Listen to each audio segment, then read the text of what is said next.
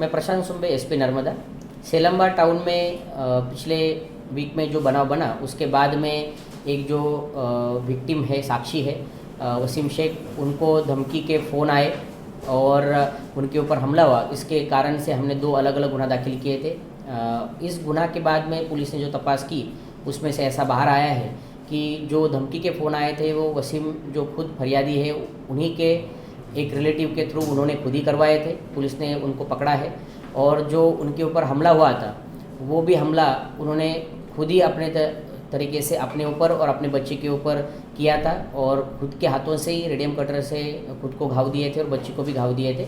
इसके बाद में हमने वसीम शेख और जो नदीम है उन दोनों के ऊपर अलग अलग सेक्शन के अंदर 153A है, 181 है और 324 और जुवेनाइल जस्टिस एक्ट के अंदर गुना भी दाखिल किया है और उनके ऊपर आगे की प्रोसीजर भी चल रही है। सर, ये ऐसा क्यों करवाया उसने, क्यों किया?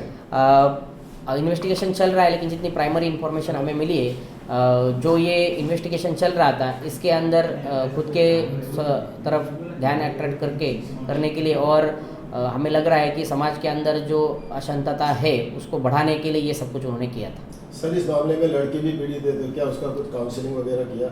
बिल्कुल, हमने CWC के मेंबर के साथ भी टाइप किया हुआ है। आने वाले समय में वो भी किया जाएगा और लड़की पीड़ित है, सरकार पक्ष से हमने फरियाद दी है और जुवेनाइल जस्टिस एक्ट के कलम भी हमने इसमें लगाए। तो उसकी बच्ची ने आपको क्या बताया? अभी पूछा बच्ची ने यही बताया कि सागबारा पुलिस स्टेशन से जब सेलम्बा जा रहे थे तो बीच में उसके पिताजी ने वहाँ पे गाड़ी रोकी और गाड़ी रोकने के बाद कटर से पहले उसको मारा, जिसमें उसको थोड़ा सा लगा और उसके बाद में खुद के हाथों के ऊपर घाव दिए, खुद के शरीर के ऊपर घाव दिए और उसके बाद में फिर फ़ोन करके बाकियों को बताया। सर, ये पूरा मॉडस ऑपरेंडी किस तरह से पुलिस को पता चली? क्योंकि जो फरियाद उसने की थी तो उसके बाद से कैसे पता चला कि पुलिस को कैसे शक हुआ कि जो फरियादी है वो कुछ इसने खुद ही किया? जब मैं खुद वहाँ पे जो विक्टिम फैमिलीज़ है और अलग अलग समाज के लोग हैं उनके साथ मीटिंग ले रहा था तो उन जब प्रेजेंट थे तभी उसी वक्त वसीम जो है उनको उनके मोबाइल के ऊपर फ़ोन आया। उस फ़ोन नंबर से हमने जो सिम कार्ड का जो ओनर है उसको ट्रैक किया और उसके थ्रू चेन जब हमने इस्टेब्लिश की तब हमें पता चला कि ये जो सिम कार्ड का यूज़र है वो मोबाइल और वो सिम कार्ड दोनों ही एक ऐसे व्यक्ति के पास में है जो वसीम का ही रिलेटिव है। जब उसको पकड़ने के बाद हमने पूछपरछ की तो उसने भी मान्य कर लिया कि वसीम के कहने के ऊपर ही उसने ऐसा कॉल मीटिंग के दौरान किया था और जो हमला करने का बनाव है वो जब बच्ची को पुलिस महिला अन्य सभ्य और उनकी माँ के सामने जब पूछपरछ की बॉडी वन कैमरा के सामने तब बच्ची ने ऐसा बताया कि इस तरीके का जो ये अटैक है वो उसके पिताजी ने ही खुद किया था और उसके बाद में सभी को फ़ोन करके बताया था। इस षड्यंत्र में सर वसीम के साथ साथ और कितने लोग?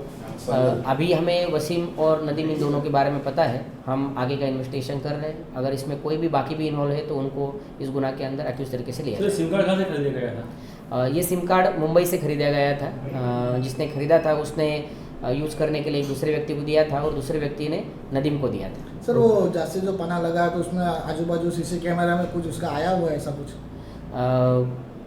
फिर से रिपीट करेंगे? जहाँ पे वो जो जहाँ से उसने कटर लगाया है वो घटना कोई सीसीटीवी में है? वो सीसी कैमरे में है? जो घटना घटी है वो कोई सीसीटीवी कैमरे में नहीं है, लेकिन जैसे कि छोटी छोटी चीज़ें हैं। उन्होंने बताया था कि मैंने पिछले वाली प्रेस कॉन्फ्रेंस में बताया था कि हमला करने वालों ने उनके गाड़ी को धक्का मारा, वो गाड़ी से गिरे।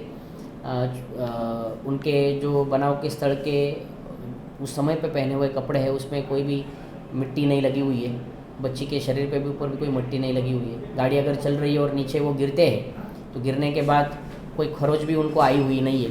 तो ऐसे बहुत सारे सर्कमस्टेंशियल एविडेंस थे जिसके ऊपर से हमने ये डिटेक्शन किया हुआ है और मैं आपके माध्यम से सभी को ये विनंती करना चाहूँगा कि ऐसे जो तत्व जो आपे झगड़िया न्यूज चैनल सब्सक्राइब न करी होय तो सब्सक्राइब करी, लाइक करी, बेल आइकॉन दबाવો। रोज तमारी आसपास बनती घटनाओनी माहिती मेळवो। धन्यवाद।